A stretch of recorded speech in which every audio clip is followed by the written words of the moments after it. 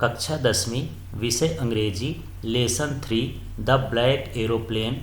इसके question answer को समझते हैं, लेकिन इसके पिछले वीडियो में इसका हिंदी अनुवाद समझिए, इसके बाद क्वेश्चन आंसर समझिए तो अच्छे से समझ में आएंगे। तो चलिए सबसे पहले इसके प्रश्न को देखते हैं। प्रश्न है, why was the aeroplane twisting in the air. हवा में एरोप्लेन ट्विस्ट क्यों कर रहा था, मतलब इधर उधर बैलेंस क्यों बिगड़ रहा था उसका, या घूम क्यों रहा था, ड्यू टू स्टॉर्म, तूफान की वजह से। अगला क्वेश्चन है, why did the pilot call Paris control. Pilot ने पेरिस कंट्रोल नियंत्रण कक्ष को क्यों कॉल किया, फॉर डायरेक्शन, वो दिशा जानने के लिए कॉल किया था। अगला है, the pilot was not able to fill in the blanks anything.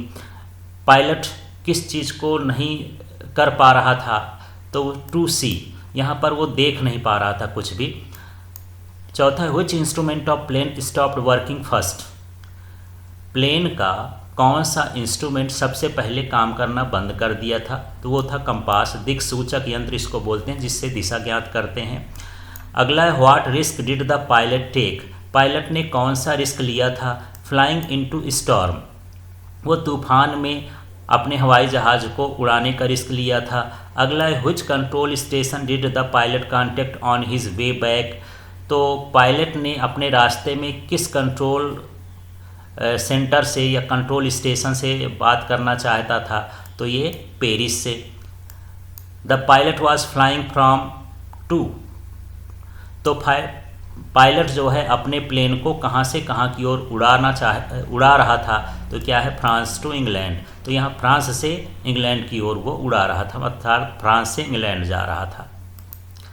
अगला है, who is the author of the black aeroplane. Black aeroplane के लेखक कौन है, तो ये कौन है, फ्रेडरिक फॉर्सिथ।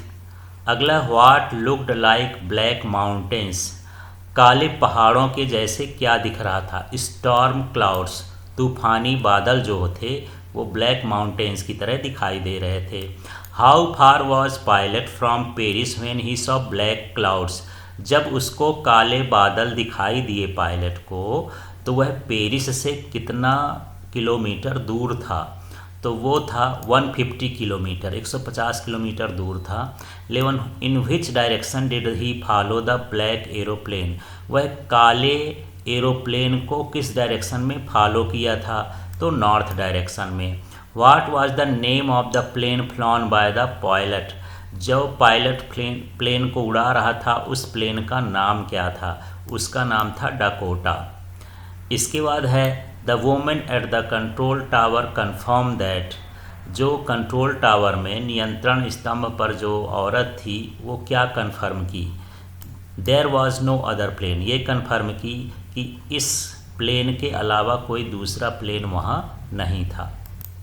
अब चलिए इसी तरह से कुछ एक्सट्रैक्ट आते हैं। एक्सट्रैक्ट उस चैप्टर के कुछ अंश होते हैं, पैराग्राफ होते हैं, जिसके आधार पर क्वेश्चन आंसर पूछे जाते हैं। और ये क्वेश्चन आंसर आवश्यक नहीं है कि इसी के अंदर के हों, उस पार्ट से रिलेटेड भी हो सकते हैं। हो सकता है इसके अंदर मिल जाए, हो सकता है इसके अंदर नहीं भी मिले। तो देखिए यहाँ पर है question, how was the weather when the pilot started flying aeroplane. तो जब पायलट ने एरोप्लेन को उड़ाना चालू किया तो मौसम कैसा था, तो यहाँ पर इसको पढ़ सकते हैं। इसमें जैसे ये लिखा है क्लियर स्काई, तो यहाँ पर ऑप्शन है ये कैसा हो गया, क्लियर, तो ये इसी से मिल जाएगा। अगला है, the pilot was returning from. Pilot कहाँ से लौट रहा था, तो ये देखिए लिखा है फ्रांस बैक टू इंग्लैंड, तो ये फ्रांस से कहाँ की ओर जा रहा था, इंग्लैंड की ओर जा रहा था, तो ये वाला ऑप्शन सही हो गया। इसके बाद, from which lesson has this text been taken. अब ये वाला क्वेश्चन का आंसर इसके अंदर नहीं मिलेगा, ये आपके लर्निंग पर डिपेंड करता है कि आप कैसा याद किए हैं। तो क्वेश्चन था कि ये जो लेसन है ये कौन सा है जिससे ये एक्सट्रैक्ट लिया गया है, तो ये किससे लिया गया है, द ब्लैक एरोप्लेन। तो इस तरह से यहाँ पर ये द ब्लैक एरोप्लेन आंसर हो जाएगा।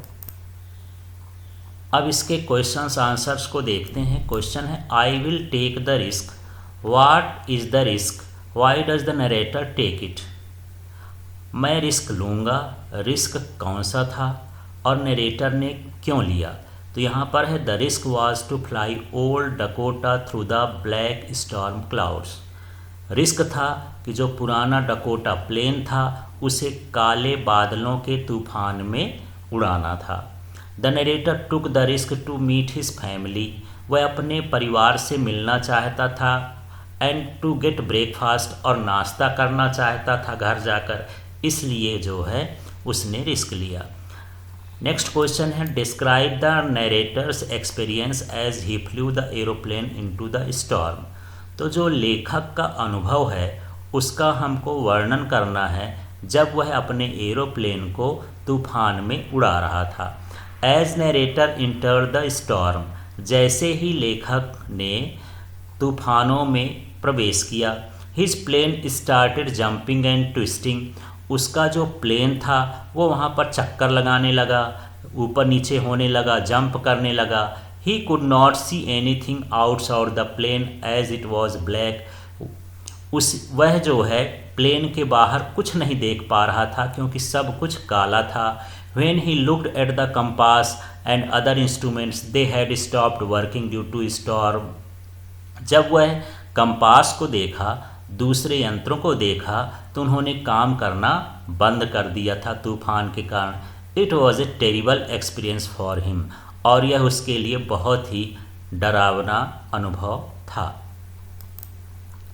फिर है question, why does the narrator से I landed and was not sorry to walk away from the old Dakota. Narrator ने या लेखक ने ऐसा क्यों कहा कि मैं हवाई जहाज़ को उतार चुका हूँ और मुझे अब कोई अफसोस नहीं है और मैं ओल्ड डकोटा से आगे की ओर जा रहा हूँ। After landing the narrator did not feel sorry, वह उतरने के बाद कोई अफसोस नहीं किया। To walk away from the old Dakota से दूर जाते, because he had a very horrific and scary experience flying that plane, क्योंकि उसको बहुत डरावना और भयानक अनुभव हुआ इस प्लेन को उड़ाते समय। He was happy that he had landed the plane safely, वह खुश था कि उसने इस प्लेन को सुरक्षित उतार लिया। With the help of strange black aeroplane, और उसमें सहायता किसने की, एक जो अजनबी ब्लैक एरोप्लेन था, काला एरोप्लेन था, उसकी सहायता से वो सेफली उतर गया था, इसलिए उसको कोई अफसोस नहीं लगा। What made the women in the control centre look at the narrator strangely, कौन सी ऐसी चीज़ है उस औरत की जो कंट्रोल सेंटर में थी कि वो लेखक को अजीब तरह से देख रही थी। The women in the control centre looked at the narrator strangely, ये तो क्वेश्चन से ही उतर गया है, because the narrator asked her about the black aeroplane, क्योंकि जो लेखक है वो ब्लैक एरोप्लेन के बारे में पूछ रहा था। But she saw no plane except the narrator's plane in the sky during the storm, लेकिन उसने देखा कि तूफान के समय इन्हीं का, केवल लेखक का ही एरोप्लेन उड़ रहा था और कोई दूसरा प्लेन तो था नहीं, और जबकि लेखक जो है दूसरे प्लेन की बात कर रहा था, इसलिए जो है वहाँ की वोमेन जो है कंट्रोल सेंटर की उसको स्ट्रेंज तरीके से देख रही थी। Thank you.